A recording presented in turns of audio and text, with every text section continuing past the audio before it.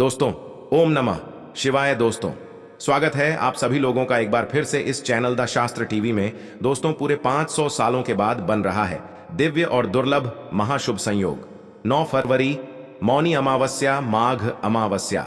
इस दिन बना दिव्य दुर्लभ महाशुभ संयोग। इस दिन यानी 9 फरवरी को मौनी अमावस्या के दिन चुपचाप गाय को खिला दें। ये एक छोटी सी चीज रोडपति भी होंगे, करोड़पति मिलेंगी।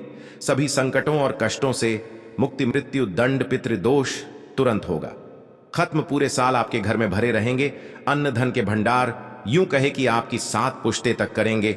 रुपयों पैसों पर रात। दोस्तों, 7 पीढ़ियों तक बैंक बैलेंस बढ़ता चला जाएगा। सभी दुख दर्द संकट कष्ट हैं वह दूर हो जाएंगे और सभी सुख आपके पास आ जाएंगे। सभी सुख आपके कदम चूमेंगे यदि आप यह एक छोटी सी चीज गाय को खिला देते हैं 9 फरवरी यानी कि मौनी अमावस्या के दिन। दोस्तों, यकीन मानिए तत्काल गरीबी आपके जीवन से खत्म हो जाएगी। गरीबी का नाम निशान खत्म हो जाएगा। आपको अपार धन सुख संपत्ति की प्राप्ति होगी। यूं कहे कि व्यक्ति रंग से राजा बन जाता है। इतने दुर्लभ संयोग में है इस बार 9 फरवरी को मौनी अमावस्या। हां दोस्तों, पूरे 500 सालों के बाद अद्भुत संयोग में पड़ी है मौनी अमावस्या। हां दोस्तों, शुक्रवार का दिन है, माता लक्ष्मी का दिन है। यह समझ लेना कि मौनी अमावस्या के दिन जो भी आप उपाय करेंगे गाय से जुड़े 100% लाभ मिलेगा। आपको यह समझ ले। हां दोस्तों, यदि आप चाहते हैं कि आपके जीवन में अपार धन सुख संपत्ति की प्राप्ति हो, तत्काल गरीबी आपके जीवन से खत्म हो जाए और आपको अपार धन सुख संपत्ति की प्राप्ति हो, तो दोस्तों वीडियो को समय निकालकर पूरा देखें, शुरू से अंत तक, बिना काटे बिना स्किप किए हुए। हां दोस्तों, बहुत ही लाभकारी, बहुत ही महत्वपूर्ण वीडियो आप लोगों के लिए यह रहने वाली है। हां दोस्तों, वीडियो को आगे शुरू करें। सबसे पहले तो आप लोगों से रिक्वेस्ट करते हैं, चैनल द शास्त्र टीवी की इस वीडियो को लाइक कर देना और कमेंट्स बॉक्स में सच्चे दिल से जय गौ माता अवश्य लिख देना, जिससे गौ माता आपकी सभी मनोकामनाएं पूर्ण करें। तो और ज्यादा से ज्यादा दोस्तों वीडियो को शेयर जरूर करना दोस्तों में, ताकि और लोग भी इस वीडियो के माध्यम से लाभ प्राप्त कर सके। दोस्तों, हिंदू धर्म में माघ महीने के कृष्ण पक्ष की अमावस्या तिथि को माघ अमावस्या या मौनी अमावस्या के नाम से जाना जाता है। माघ अमावस्या के दिन स्नान दान के कार्यों का बड़ा महत्व है। इस साल 9 फरवरी 2024 दिन शुक्रवार को मौनी अमावस्या मनाई जाएगी। मौनी अमावस्या के दिन मौन व्रत भी रखा जाता है। माघ अमावस्या के दिन सुबह पवित्र नदी में स्नान किया जाता है। इसके बाद दान पुण्य के कार्य किए जाते हैं। मान्यता है कि ऐसा करने से घर के पितृ प्रसन्न होते हैं, जिससे घर में सुख समृद्धि और खुशहाली आती है। आपको बता दें, मौनी अमावस्या का पावन पर्व स्नान और दान के लिए अति शुभ मंगलकारी माना जाता है। मौनी अमावस्या के अवसर पर पितरों के लिए तर्पण, पिंडदान, श्राद्ध आदि करना भी अच्छा होता है। ऐसा करने से नाराज पितृ भी प्रसन्न होते हैं और साथ ही साथ जिससे पितृ दोष तक भी दूर हो जाते हैं। समस्त पितृ दोषों से छुटकारा मिल जाता है। आपको बता दें, पितृ प्रसन्न होकर आपको वंश वृद्धि का आशीष देते हैं। धन सुख संपत्ति का वास होता है आपके घर में। यदि पितृ प्रसन्न तो आपके जीवन में सब मंगल ही मंगल, सब कुछ अच्छा होगा। तो इसलिए अपने पितरों के निमित्त अन्न धन वस्त्र अमावस्या तिथि पर जरूर दान करें। किसी भी अमावस्या पर आपको बता दें, बहुत ही शुभ मंगलकारी माना जाता है। मौनी अमावस्या के दिन आपको स्नान के तुरंत बाद पितरों के लिए तर्पण जरूर करना चाहिए। आपको बता दें, इस दिन पवित्र नदियां सरोवर में स्नान करने का बड़ा महत्व अधिक होता है। यदि आप किसी पवित्र नदी में स्नान करने जाना संभव ना हो सके, तो दोस्तों आपको घर पर ही नहाने वाले पानी में गंगा जल की कुछ बूंदें डाल लेनी है और स्नान करना है। और स्नान करते हुए ओम नमो भगवते वासुदेवाय मंत्र का जाप करें। ऐसा करने से आपको पवित्र नदी में स्नान के बराबर का फल प्राप्त होगा। स्नान के बाद घर के मंदिर में आपको दीपक प्रज्वल करना है और इसके बाद आपको भगवान सूर्यदेव का स्मरण करते हुए भगवान सूर्यदेव को अर्घ भी देना है। भगवान सूर्यदेव को अर्घ दे। अगर आप इस दिन उपवास रख सकते हैं तो दोस्तों इस दिन आपको उपवास भी रखना चाहिए। इस दिन पितृ से संबंधित कार्य करने चाहिए। पितरों के निमित्त तर्पण और दान करना चाहिए। अन्न धन वस्त्र जो भी बने दान करें। इस पवित्र दिन भगवान का अधिक से अधिक ध्यान जरूर करें।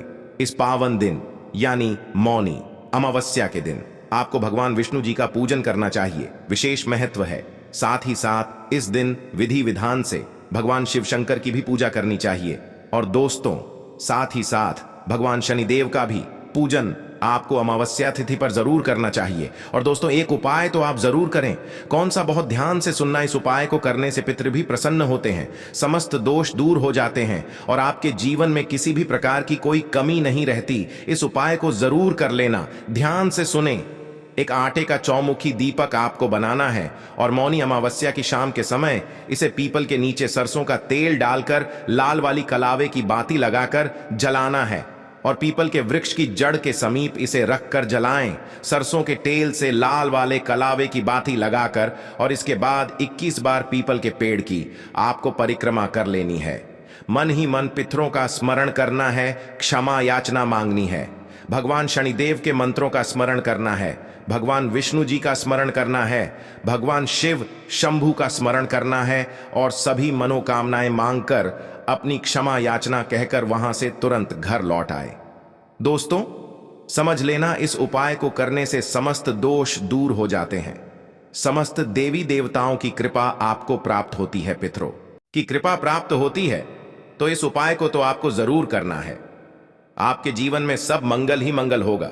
दोस्तों, अब बात कर लेते हैं गाय से जुड़े कौन कौन से उपाय आपको 9 फरवरी यानी कि मौनी अमावस्या के दिन जरूर करने हैं, जिससे कि आपको अपार धन सुख संपत्ति की प्राप्ति हो, तत्काल गरीबी आपके जीवन से समाप्त हो जाए, आपके जीवन के जो भी दुख दर्द संकट कष्ट हैं वे दूर हो जाएं और सभी सुख आपके कदमों में आ जाएं, सभी सुख आपके कदम चूमें, आपको अपार धन सुख संपत्ति की प्राप्ति हो।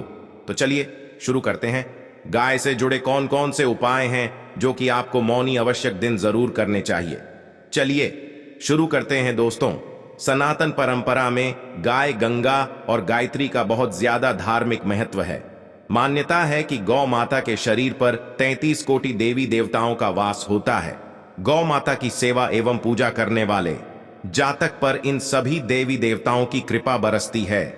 गो सेवा से न सिर्फ इस जन्म के बल्कि पूर्व जन्म के भी दोष दूर हो जाते हैं। प्रत्येक सुबह जब आपके घर में भोजन बनना प्रारंभ हो तो सबसे पहले बनाई गई रोटी को आप गौ माता के नाम से निकाल दें और भोजन करने से पूर्व गौ माता को इस रोटी को खिलाएं। यदि संभव हो तो काली गाय को खिलाएं। यदि काली गाय ना मिले तो सफेद गाय को भी आप खिला सकते हैं। प्रत्येक पूजा और मांगलिक कार्य में गौ माता या उनसे जुड़ी चीजें जैसे गाय का गोबर, गोमूत्र, गाय का दूध अथवा गाय के दूध से बना घी अवश्य शामिल करें। इससे आपको पुण्य फलों की प्राप्ति होगी। सनातन परंपरा के अनुसार जिस घर में गाय होती है उस घर से जुड़े सभी वास्तु दोष स्वतः ही समाप्त हो जाते हैं। किसी भी पूजा में गाय से प्राप्त पंचांग व युक्त पदार्थ का उपयोग अवश्य शामिल करें, क्योंकि पंचांग वय के बिना कोई भी पूजा पाठ और हवन सफल नहीं होता। हाँ दोस्तों, गो कृपा पाने के लिए प्रतिदिन सप्ताह अथवा महीने में परिवार समेत एक बार गौशाला जाने का नियम जरूर बनाएं और वहां गाय को चारा जरूर खिलाएं। इससे आपको शुभ फलों की प्राप्ति होगी और साथ ही साथ गौ सेवा और गो पूजा से 9 ग्रह शांत हो जाते हैं और इनसे जुड़े दोषों का निदान हो जाता है। गर्मियों में गौ मातों को पानी पिलाएं और सर्दी में गौ माता को गुड़ अवश्य खिलाएं। ध्यान रखें कि गर्मियों में गाय को गुड़ ना खिलाएं। अनेक देवी देवताओं को अपने शरीर पर धारण करने वाली गौ माता से जुड़े कई और अशुभ संकेत भी होते हैं। मसलन गाय का दूध दहाते समय यदि गाय ठोकर मार दे और सारा दूध बिखर जाए तो अपशगुन होता है। यदि कोई यात्रा पर निकल रहा हो और गाय अपने बछड़े को दूध पिलाती सामने आ जाए तो निश्चित रूप से जिस यात्रा के लिए आप निकले हैं वह यात्रा आपके लिए अवश्य ही सफल होगी और वह काम जिसके लिए आप निकले हैं वह अवश्य ही पूर्ण होगा।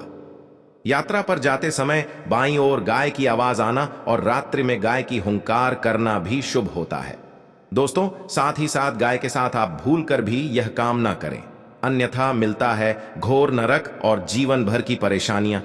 जो दोस्तों, गाय को राष्ट्रीय पशु बनाए जाने और इन्हें मौलिक अधिकार दिए जाने की बात हो रही है तो सवाल उठता है कि गाय जब भारतीय संस्कृति का अहम हिस्सा है तब भी गाय के साथ लोग खराब व्यवहार कैसे कर लेते हैं। गाय दर दर भटकती रहती है, भरपेट इन्हें चारा तक लोग नहीं देते।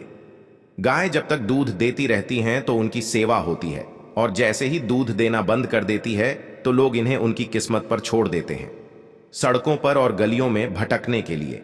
ऐसे में गोवंश जीवों को कोई डंडे से मारता है तो कोई उन पर पानी डाल देता है। कभी वाहनों से इन्हें ठोकर लग जाती है तो कभी बीमार होकर बेचारी एक गाय दम तोड़ देती है।